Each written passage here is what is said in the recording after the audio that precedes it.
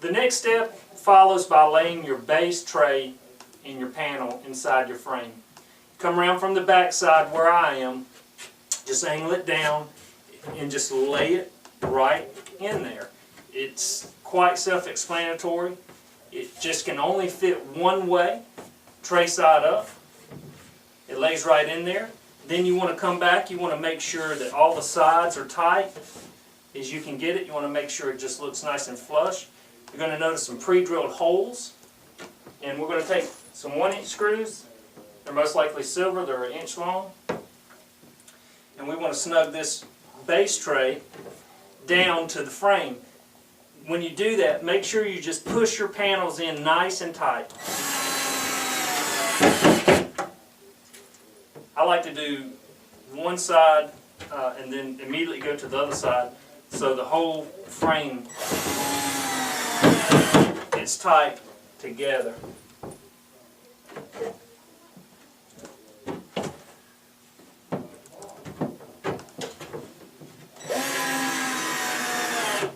Remember, if you can snug it up, you want it snug. You don't want any gaps in between your side panels and either one of your tiers. You just keep it as tight as you can.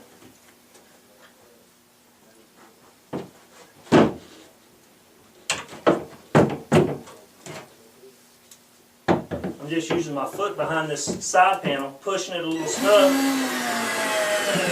It closed the gap up really nice.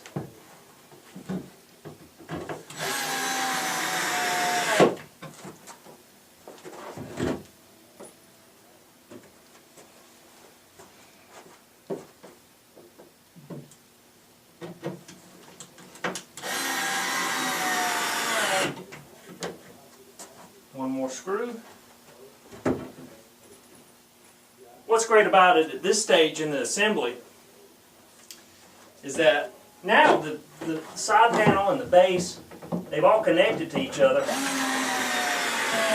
So we pretty much have a nice frame that we can work with, and it's not going anywhere. And it's only going to get easier from here. So we'll go to the next stage at this point. The second part is putting our second tier or top tier in to the Susan. You want to be at the back. You just come in, just like the bottom one, you just angle it down, angle it up here on the side. You have to do this angle or you'll be here all day. You just will not assemble. I made that look real easy. Once that's in, we have fixed the screws to it.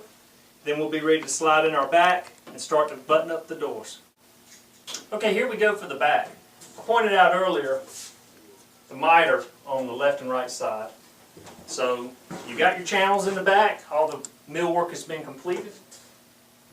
It should slide in those channels perfectly. Slide it right down.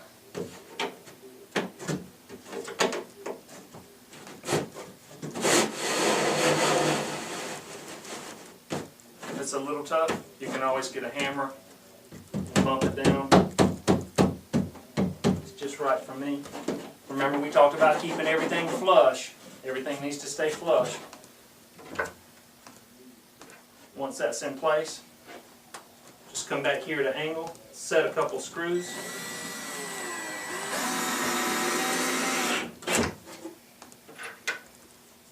This area is hidden.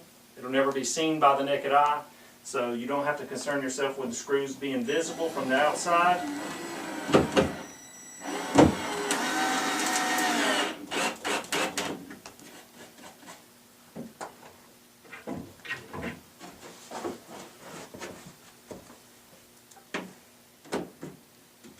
You could also use a finish nail gun if you want to shoot an 1.5 inch or even a 2-inch finish nail into it. You could do that. That would work just fine. Once the back is in, we're ready to assemble the doors, and we've got a completed product.